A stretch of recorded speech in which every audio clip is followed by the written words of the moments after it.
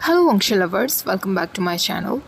Last part में हमने देखा था वांगजी वेइंग को एक बार फिर अपने रूम में बंद करके चला जाता है। इस बार वेइंग उठने का स्ट्रगल भी नहीं करता और वहीं लेटे हुए वांगजी के वापस आने का इंतज़ार करता है। दूसरी तरफ हॉल में लैन शिचेन और बाकी सारे लैन एल्डर्स वेरियस क्लैन से आए हुए गेस्ट से बातें कर रहे थे।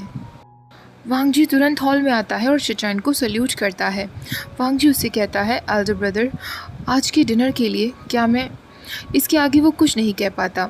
शिचेन उसकी बातों को समझ जाता है और मुस्कुराते हुए कहता है, कोई बात नहीं वांगजी, मुझे पता है तुम्हें शांति में ही रहने की आदत है। अगर आज रात तुम मीटिंग में नहीं आना चाहते तो कोई बात नहीं। वांगजी उसे थैंक्स कहता है। अब शिचेन उससे कहता है, वांगजी, कुछ दिनों से तुम काफ़ी हार्ड वर्क में लगे हो, तुम्हें आज जल्दी आराम कर लेना चाहिए। वांगजी उससे कहता है, आपको भी ब्रदर। वांगजी अब वहाँ से जाने ही लगता है, तभी शिचेन फिर उससे पूछता है, वांगजी, क्या तुमने मास्टर वे को देखा है? वांगजी वहीं रुक जाता है पर कुछ कहता नहीं है। शिचेन फिर स्माइल करते हुए कहता है, नहीं देखा, कोई बात नहीं। मीटिंग हॉल से बाहर आने के बाद वांगजी साइलेंस रूम नहीं जा पाता, बल्कि वो कोल्ड स्प्रिंग के पास आकर अपने कपड़े निकालता है, अपनी तलवार वहाँ रखता है और कोल्ड स्प्रिंग में जाकर अपने मन को शांत करता है। और मोस्ट इम्पॉर्टेंटली, आज 2 बार वे वुशन को किस करने की वजह से उसकी पूरी बॉडी बुरी तरह हॉट हो गई थी। फीनिक्स माउंटेन के उस किस के बाद वांगजी ने कभी नहीं सोचा था कि एक दिन वो फिर से ऐसा कर पाएगा, लेकिन आज वेइंग को 2 बार किस करने की वजह से, वो भी इंटेंस किसेस, उसकी पूरी बॉडी रिएक्ट करने लगी थी। कोल्ड स्प्रिंग में जाकर वो गहरी सांसें लेता है और फाइनली अपने मन को शांत करता है। दूसरी तरफ वेइंग बेड पर लेटा सोच रहा था, ये सब वांगजी अपने एल्डर्स के कहने पर तो नहीं कर रहा होगा। अगर लैन क्लैन ने उसे मुझे बांधने के लिए कहा होता तो वो मुझे अपने खुद के लिविंग रूम में नहीं रखता। उसने मुझे सीक्रेटली इस तरह यहाँ बंद किया हुआ है, उसने मुझे किस भी किया और एल्डर्स को कुछ नहीं बताया है। आखिरकार वो चाहता क्या है? जब वो वापस आएगा तो मुझे उससे ये सारे क्वेश्चंस क्लियर करने हैं। कुछ समय बाद वांगजी वापस आता है और उसके हाथ में काफ़ी सारे फूड कंटेनर्स थे। वो वेइंग की आंखें खोल देता है और उसकी साइलेंसिंग चार्म भी हटा देता है। वेइंग फूड कंटेनर्स देखकर कहता है, तो तुम चाहते हो कि मैं ये सब खाऊं? वांगजी कोल्ड स्प्रिंग के बाद बैंक्वेट नहीं गया था, बल्कि वो किचन गया था और वेइंग के लिए कुछ फूड पैक करके लेकर आया था, जो बहुत ही टेरेबल था। उसमें केवल 3 डिशेस थी, एक सूप, कुछ डिशेस जिसमें केवल वेजिटेबल्स थी, और सूप बहुत ही ज़्यादा लाइट था, एकदम ग्रीन लिक्विड जैसा, जिससे बहुत ही कड़वी फ्रेगरेंस आ रही थी। वांगजी उससे पूछता है, क्या तुम कुछ और खाना चाहते हो? वेइंग कहता है, मैं स्पाइसी फूड खाना चाहता हूँ। वांगजी उससे कहता है, लेकिन क्लाउड रिसेस में सिर्फ यही फूड है। वेइंग कहता है, ओह रियली? ऐसा कहते वक्त वेइंग वांगजी के फेस को भी ऑब्जर्व करता है, जो पहले से ज़्यादा शांत दिख रहा था। वेइंग सोचता है शायद यही मौका है और वो वांगजी से कहता है, अगर तुम चाहो तो मैं खुद जाकर फूड ला सकता हूँ, तुम बस मुझे यहाँ से जाने दो। वांगजी की आंखें सडनली चेंज हो जाती हैं। वेइंग भी अपने वर्ड्स को बदलते हुए कहता है, ठीक है, मुझे मत जाने दो, पर तुम तो मेरे लिए ला सकते हो ना, मैं यहाँ तुम्हारा इंतज़ार कर रहा हूँ। वांगजी उससे पूछता है कि स्पाइसी फूड कहाँ मिलेगा। वेइंग कहता है, जेंगशा के पास। वांगजी अब अनहैप्पी फेस से कहता है, अगर तुम ये फूड नहीं खाना चाहते तो कोई बात नहीं, और वो उस सारे फूड को पैक करने लगता है। वांगजी के अनहैप्पी फेस को देखकर वेइंग तुरंत उससे कहता है, मैंने ये कब कहा कि मैं ये नहीं खाना चाहता? तुमने आज पूरे दिन मुझे बांध कर रखा, मुझे बहुत ज़्यादा भूख लगी है। वेइंग को तुरंत थोड़ा सा गिल्टी फील होता है। वेइंग उसके नज़दीक जाता है और सॉफ्टली उसके कान में कहता है, लंजा, मुझे खाना खाना है, क्या तुम प्लीज़ मुझे खोल सकते हो? वांगजी उससे कहता है, ठीक है।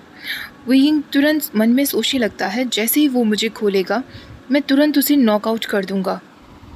वांगजी वेइंग के हाथों से रोप को खोलने लगता है। दूसरी तरफ वेइंग भी उसे नॉकआउट करने के लिए तैयार था, पर वांगजी फिर से उसके हाथों को पकड़ लेता है।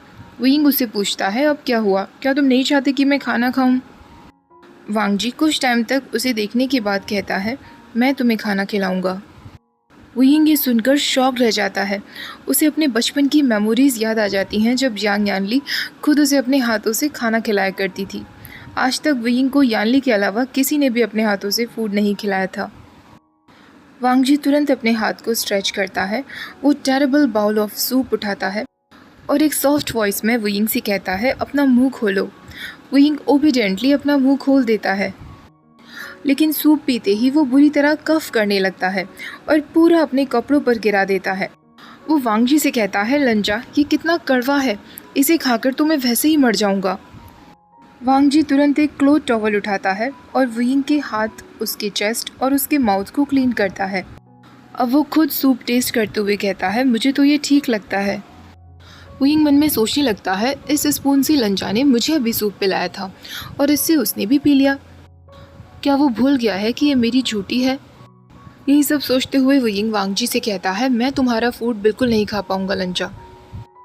वांगजी उससे कहता है मेरा इंतज़ार करो। ऐसा कहकर वो तुरंत रूम छोड़कर चला जाता है। वुयिंग को तुरंत एक मौका मिल जाता है। वांगजी ने जब उसकी रिस्ट को टच किया था तो वुयिंग ने ऑलरेडी अपनी रोप को लूज कर लिया था। उसने जानबूझकर सूप पीने के बाद ऐसा रिएक्शन दिया था क्योंकि वो बचने का मौका ढूंढ रहा था। हालांकि जब वो उठने की कोशिश करता है तो उसे वांगजी के शब्द याद आते हैं जब वांगजी ने उससे कहा था कि मेरा इंतज़ार करना, और वुयिंग वहाँ से नहीं जा पाता। तभी वांगजी वापस भी आ जाता है। वांगजी अपने साथ एक छोटा सा स्मॉल बैग लेकर आता है, उसे टेबल पर रखता है। जब वो उस बैग को खोलता है तो उसमें छोटी छोटी ड्राइड चिलीज पड़ी हुई थी। वांगजी सिंसियरली वुयिंग से कहता है सिर्फ इतनी ही बची हैं। वुयिंग को इतनी ज़्यादा भूख लगी हुई थी कि वो तुरंत अपने हाथों में चॉपस्टिक पकड़ता है और उन सारी ड्राइड चिलीज को सूप में डाल देता है। वांगजी की नज़र वुयिंग की रिस्ट पर जाती है जहाँ काफ़ी सारे रेड मार्क्स थे। कुछ तो बहुत ज़्यादा गहरे थे और कुछ बहुत ज़्यादा बड़े थे। एक बार फिर उसे बहुत गिल्टी फील होता है और वो लो वॉइस में वुयिंग से कहता है मुझे माफ़ कर दो। वुयिंग उस चिलीज़ को खाते हुए कहता है क्या मैं खाने के बाद यहाँ से जा सकता हूँ? पर वांगजी फिर उसे एक स्ट्रेट फेस के साथ कहता है बिल्कुल नहीं। इस बात पर वुयिंग हंसने लगता है और उससे कहता है लंजा, तुम सच में कुछ नहीं हो सकता तुम्हारा। अब वो उसे एक प्लेफुल स्माइल के साथ पूछता है तुमने मुझे अनटाई किया हुआ है और तुम काफ़ी रिलीव्ड भी दिख रहे हो, क्या तुम्हें डर नहीं है कि मैं भाग जाऊंगा? वांगजी सीरियसली उससे कहता है तुम नहीं भागोगे। वुयिंग फिर ज़ोर ज़ोर से हंसने लगता है और उससे कहता है हाँ लंजा, तुम बहुत पावरफुल हो। अब वो फिर से अपने डिनर पर फोकस करता है और वांगजी से पूछता है लंजा, अब तो मैं काफ़ी टाइम से गुस्सू में हूँ, पर कुछ दिनों से मैंने तुम्हें देखा नहीं, तुम कहाँ थे? वांगजी उससे कहता है खाना खाते वक्त बातें मत करो। वुयिंग कहता है तुम मुझे हमेशा शांत रहने के लिए क्यों कहते हो? मैं इतने दिनों से खुद को कंट्रोल कर रहा हूँ, अब भी तुम मुझे नहीं बातें करने दोगे? सच बताओ ना, तुम कहाँ थे? क्या तुम कहीं बाहर गए थे? वांगजी उससे कहता है मैं दिन के समय एक डील के लिए जाता हूँ। वुयिंग उससे कहता है मैं समझ गया। अब वो वांगजी से कहता है तुम्हें वो ट्री याद है जो लाइब्रेरी के सामने था, मैग्नोलिया ट्री, जिस पर मैं चढ़ा करता था? वांगजी उससे कहता है हाँ। वुयिंग कहता है ये सच में कितनी ब्यूटीफुल और इमोर्टल जगह है लंजा, पर यहाँ का फूड इतना टेरेबल क्यों है? वांगजी कहता है क्योंकि यहाँ यही एक्सेप्टेबल है। इसी तरह उन दोनों के बीच की कॉन्वर्सेशन चलती रहती है। वांगजी को इस बात का थोड़ा डर था कि शायद वुयिंग उससे पूछेगा कि वो ये सब क्यों कर रहा है, पर वुयिंग ने इस बारे में कुछ नहीं पूछा था, जैसे उसे फ़र्क ही ना पड़ता हो वांगजी के इस बिहेवियर को लेकर, और वो बस वांगजी से बातें करना चाहता हो। वांगजी उसकी सारी बातें सुन रहा था। अब वुयिंग उससे पूछता है क्या तुमने जिन जुशन को देखा है? वो काफ़ी बदल गया है ना? वांगजी तुरंत उसे कहता है किसी के पीठ पीछे उसके बारे में बातें मत करो। वुयिंग कहता है ठीक है, तो मुझे बताओ तुम्हारे अंकल की हेल्थ कैसी है? वांगजी उससे कहता है वो ठीक है। अब वुयिंग पूछता है तुम्हारे क्लान में हर साल आने वाले न्यू स्टूडेंट्स कब तक आएंगे? वांगजी उससे कहता है नेक्स्ट मंथ। वुयिंग कहता है लंजा, तुमने मुझे किस क्यों किया था? वांगजी तुरंत उससे बोल देता है क्योंकि मैं तुमसे प्यार करता हूँ। ये सुनते ही वुयिंग शॉक्ड रह जाता है और वांगजी तुरंत खड़ा हो जाता है। इसका मतलब वुयिंग जानबूझकर उससे ये क्वेश्चंस पूछ रहा था जिससे वो अपनी बातों में उसे फंसा सके। वांगजी के फेस के एक्सप्रेशंस पूरी तरीके से कॉम्प्लिकेटेड हो गए थे। दूसरी तरफ वुयिंग के हाथ में जो चॉपस्टिक थी वो अचानक से उसके हाथ से गिर जाती है, जिस आवाज़ से वांगजी फाइनली अपने होश में आता है। वुयिंग उससे पूछता है लंजा, उस दिन फीनिक्स माउंटेन पर क्या वो तुम ही थे जिसने मुझे किस किया था? वांगजी एक कदम पीछे चला जाता है, अपने सिर को नीचे झुका लेता है और आखिरकार वो उससे कह ही देता है वो मैं ही था। वुयिंग की आंखें खुली की खुली रह जाती हैं और वो वांगजी से कहता है वो सच में तुम थे? वांग जी अपनी बात कंटिन्यू करते हुए कहता है, उस दिन मैं अपने खुद के सेल्फिश डिज़ायर के कंट्रोल में आ गया था और मैंने तुम्हारा फ़ायदा उठाया, क्लैन रूल्स को तोड़ा। मैं एक जेंटलमैन नहीं हूँ। हम दोनों मैन हैं वुयिंग, पर फिर भी तुम्हें लेकर मेरे मन में इनएप्रोप्रिएट थॉट्स आते हैं। मुझे माफ़ कर दो वुयिंग।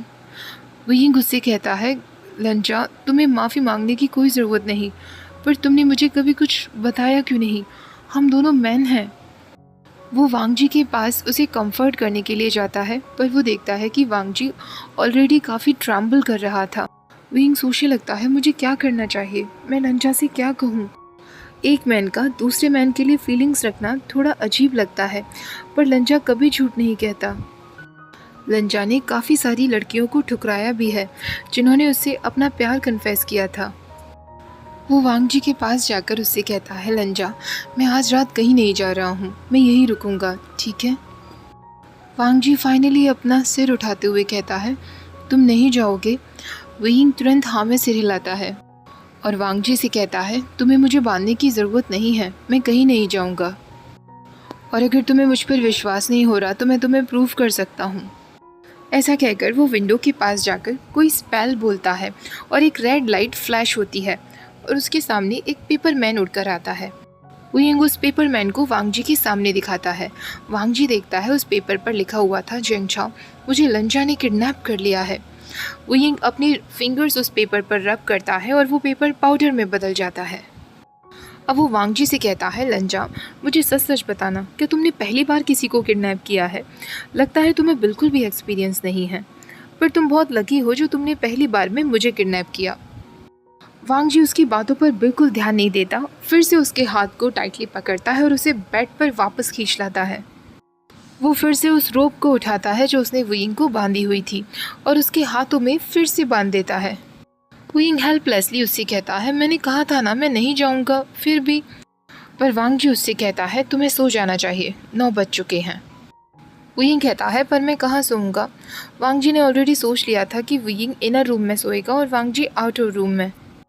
लेकिन अब जब उसने वुयिंग की इस एबिलिटी को देख लिया था कि वो इन्फॉर्मेशन बाहर तक पहुंचा सकता है, इसलिए वो वुयिंग को छोड़ने के लिए तैयार नहीं था। वो वुयिंग से कहता है, तुम यहीं सो जाओ। वुयिंग कहता है, और तुम कहाँ सोओगे? वांग जी उससे कहता है, मैं नहीं सोऊंगा। ऐसा कहकर वो वही टेबल पर बैठ जाता है, जैसे उसने मन बना लिया था कि वो आज पूरी रात वुयिंग पर निगरानी रखेगा। वुयिंग कहता है, ऐसा नहीं हो सकता लंजा, ये रूम तुम्हारा है, मैं तो गेस्ट हूँ। मैं कैसे आराम से तुम्हारे बेड पर सो सकता हूँ और तुम पूरी रात जागे रहोगे? क्या यहाँ पास में कोई दूसरा रूम नहीं है? मैं वहाँ जाकर सो जाऊँगा, कल मिलते हैं लंजा। ऐसा कहकर वो जाने ही लगता है, पर वांग जी उसे कॉलर से पकड़ लेता है और उससे कहता है, बिल्कुल भी नहीं। वुयिंग कहता है, तुम मुझ पर विश्वास क्यों नहीं करते? मैं कह रहा हूँ ना कि मैं कहीं नहीं जाऊँगा। क्या मैं कभी भी अपने प्रॉमिस तोड़ता हूँ? वांग जी अगेन उसकी बातों पर कोई ध्यान नहीं देता। अब वुयिंग बेड पर उठकर बैठ जाता है और उससे कहता है, ठीक है, मैं भी नहीं सोऊंगा, हम दोनों ही आज रात नहीं सोएंगे। पर तभी वो नोटिस करता है कि वांग जी भी वहीं बेड पर आ गया था। वुयिंग उससे पूछता है, तुम क्या कर रहे हो लंजा? वांग जी सडनली वुयिंग के सामने आता है और उसके कपड़ों की तरफ अपना हाथ बढ़ाता है। वुयिंग उससे पीछे हटते हुए कहता है, लंजा, ये तुम क्या कर रहे हो? और वो अपने कपड़ों को प्रोटेक्ट करने लगता है। वांग जी कामली उससे कहता है, मैं अनड्रेस कर रहा हूँ। वुयिंग कहता है, ठीक है, मैं सरेंडर करता हूँ, मैं सो जाऊँगा, मैं अपने कपड़े खुद उतार लूँगा, तुम्हें बॉदर करने की ज़रूरत नहीं। इस तरह वांग जी टेबल पर जाकर तो नहीं बैठता, बल्कि वही बेड पर लेटा रहता है। लेकिन वो बेड काफ़ी बड़ा था, इसलिए वो दोनों आपस में एक दूसरे को टच नहीं हो रहे थे। तभी वांग जी की नज़र अपने टूटे हुए फोरहेड रिबन पर जाती है जो वुयिंग ने अपने पिलो के अंदर छुपाया हुआ था। जब वुयिंग ये नोटिस करता है तो वो वांग जी से कहता है, मुझे माफ़ कर दो लंजा, मैं इसके लिए तुम्हें कैसे कंपनसेट कर सकता हूँ? वांग जी उससे कहता है, कोई ज़रूरत नहीं है। वुयिंग सोचने लगता है, मैंने लंजा का इतना इम्पॉर्टेंट फोरहेड रिबन डैमेज कर दिया है, फिर भी उसने मुझसे कुछ नहीं कहा। वांग जी अपना ब्लैंकेट ओढ़ता है और लाइट्स ऑफ कर देता है। अब उनके रूम में अंधेरा हो गया था, लेकिन वुयिंग को नींद नहीं आ रही थी, बल्कि उसके मन में वाइल्ड थॉट्स आने लगते हैं। वो मन में सोचता है, लंजा मुझे कब से पसंद करने लगा? शायद अगर कोई और मुझसे कहता कि वो मुझे पसंद करता है तो ये बात मुझे बहुत ही अनरीजनेबल और अनएक्सेप्टेबल लगती। पर हांग गुंजन ने खुद मुझसे कहा कि वो मुझे पसंद करता है। ये सोचकर ही पता नहीं क्यों लेकिन वुयिंग का हार्ट बहुत ही सॉफ्ट फील कर रहा था और उसे अंदर ही अंदर खुशी भी हो रही थी। बचपन से ही जिस चाइल्ड को वो टीज करता आ रहा था, वुयिंग को पता चलता है कि वो उसे पसंद करता है। ऐसा सोचते हुए वो वांगजी की तरफ अपना सिर घुमाता है। वांगजी ने अपनी आंखें बंद की हुई थी, शायद वो सो चुका था। और सोते वक्त वांगजी वुयिंग को बहुत हैंडसम लग रहा था। वो वांगजी के फेस को देखना बंद ही नहीं कर पा रहा था। तभी सडनली वुयिंग होश में आता है, अपना फेस वापस टर्न कर लेता है और मन में सोचने लगता है, ये मैं क्या सोच रहा हूँ। कल सुबह जब लंजा उठेगा तो अच्छा होगा कि मैं उसे रिजेक्ट कर दूँ। मैं वे विशन हूँ जिसने ईविल तरीके से कल्टीवेशन की है। मैं हांग गुंजन की लाइफ को बर्बाद नहीं कर सकता। ऐसा सोचकर वुयिंग तुरंत ब्लैंकेट ओढ़ता है और सोने की कोशिश करता है, पर उसे नींद नहीं आती। ऑलमोस्ट 1 घंटा बीत चुका था पर उसे अभी भी नींद नहीं आई थी। वुयिंग सोचने लगता है, शायद इसलिए मुझे नींद नहीं आ रही क्योंकि मैं यहाँ अच्छा खाना नहीं खा पा रहा हूँ और ना ही कुछ पी पा रहा हूँ। ऐसा इसलिए नहीं हो रहा क्योंकि लंजा मेरे पास लेटा हुआ है। वो स्लोली उठने की कोशिश करता है। वो अपना ब्लैंकेट हटाता है और उठकर बैठ जाता है, पर वांगजी अभी भी नहीं हिलाता। वुयिंग अब अपनी लोअर वॉइस में कहता है, लंजा। वांगजी सच में काफ़ी गहरी नींद में था। वांगजी को गहरी नींद में देखकर वुयिंग मन में सोचता है, लंजा, मैं जाना नहीं चाहता। मैंने तुम्हें प्रॉमिस किया था कि मैं नहीं जाऊंगा। मैं बस किसी दूसरी जगह सोना चाहता हूँ। ऐसा सोचकर वो बेड से उठने की कोशिश करता है, पर सडनली वांगजी ने उसकी वेस्ट को पकड़ लिया था। वांगजी पूरी तरीके से उसके ऊपर आ जाता है और एक गहरी आवाज़ में कहता है, तुम कहाँ जा रहे हो। वुयिंग नर्वसली मुस्कुराते हुए कहता है, लंजा, ये बेड 2 लोगों के लिए काफ़ी छोटा है ना, इसलिए मैंने सोचा। वांगजी उसकी बात नहीं सुनता, बल्कि अपने हाथों से उसकी वेस्ट को ग्रैब करता है और उसे टर्न कर देता है। वुयिंग उससे कहता है, लंजा, प्लीज़ मुझे छोड़ो, मैं सच में नहीं जा रहा था। वांगजी उससे कहता है, तुम झूठ कह रहे हो। वांगजी फिर से रोप उठाने की कोशिश करता है। वुयिंग उससे कहता है, नहीं लंजा, प्लीज़ मुझे फिर से मत बांधना। पर वांगजी जैसे उसकी बात नहीं सुन रहा था। वुयिंग को अब गुस्सा आता है और वो कम्प्लीटली वांगजी की बॉडी के ऊपर आ जाता है और उससे कहता है, लंजा, अगर तुमने मुझे फिर से बांधा तो मैं। पर वांगजी उसके हेड को पकड़ते हुए सीधे उसे एक फियर्स किस कर लेता है।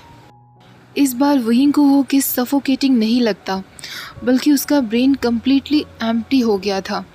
इस बार उसे वांगजी को किस करते वक्त वांगजी के वो शब्द याद आ रहे थे जब उसने वुयिंग से कहा था, मैं तुमसे प्यार करता हूँ। वांगजी किस करते हुए उसकी लोअर लिप पर बाइट कर लेता है। वुयिंग इस बार वांगजी को पुश नहीं करता। वो सीक्रेटली अपनी आंखें खोलता है और वांगजी को खुद को किस करते हुए देखता है। वांगजी उसे सीरियसली किस कर रहा था। वुयिंग एकदम काम डाउन हो जाता है और वो भी वांगजी को किस करने लगता है। वांगजी एकदम से रुक जाता है। वुयिंग को खुद रियलाइज़ नहीं होता कि उसने अभी क्या किया था। वो दोनों एक दूसरे को इसी तरह लंबे समय तक के लिए किस करने लगते हैं। वुयिंग जल्दी ही अपनी सेंस में वापस आता है और तुरंत वांगजी से हट जाता है। वांगजी उसका नाम लेता है, पर वुयिंग ने उससे अपना मुंह फेर लिया था। वो खुद को ब्लैंकेट से कवर करता है और कहता है, मैं सो रहा हूँ लंजा, गुड नाइट। ब्लैंकेट के अंदर उसने अपनी आंखें खोली हुई थी और वो खुद से कह रहा था, ये मैंने अभी क्या किया। मैंने लंजा को किस किया। वो अपने चीक्स को टच करता है तो उसके चीक्स बुरी तरह हॉट हो रहे थे। सिर्फ इतना ही नहीं, उसने अपनी बॉडी में रिएक्शन भी फील किया था। उसने हांग गुंजन को किस किया था और उसकी बॉडी ने उस किस पर रिएक्शन भी देना शुरू कर दिया था। वांगजी पीछे से फिर उसका नाम लेता है, वुयिंग। वुयिंग सडनली एक डरे हुए रैबिट की तरह उससे कहता है, क्या हुआ लंजा। वांगजी उससे पूछता है, अभी थोड़ी देर पहले जब मैं तुम्हें किस कर रहा था तुमने रेजिस्ट क्यों नहीं किया। वुयिंग उससे कहता है, इससे तुम्हें क्या फ़र्क पड़ता है लंजा। वुयिंग उसे नहीं बताना चाहता था कि वांगजी को किस करना उसे बहुत कंफर्टेबल लग रहा था, और जब वो उसे किस करते वक्त कंफर्टेबल था तो फिर वो क्यों रेजिस्ट करता। वुयिंग वांगजी को बिना कोई जवाब दिए ब्लैंकेट ओढ़े ऐसे ही लेटा रहता है, पर वो काफ़ी अनकंफर्टेबल फील कर रहा था। उसे अनकंफर्टेबल फील होता हुआ देखकर वांगजी से बर्दाश्त नहीं होता। वो उसके नज़दीक जाकर उसके फोरहेड को टच करने की कोशिश करता है। उसे लगता है कि कहीं वुयिंग की तबीयत खराब तो नहीं। वुयिंग उसे कहता है, ये तुम क्या कर रहे हो? ओके गाइस, आज का पार्ट यही ख़त्म करते हैं। आज का पार्ट भी आई होप आपको पसंद आया होगा। वीडियो पसंद आई हो तो प्लीज़ लाइक शेयर, चैनल को सब्सक्राइब करना मत भूलिएगा। Thank you for watching, bye bye.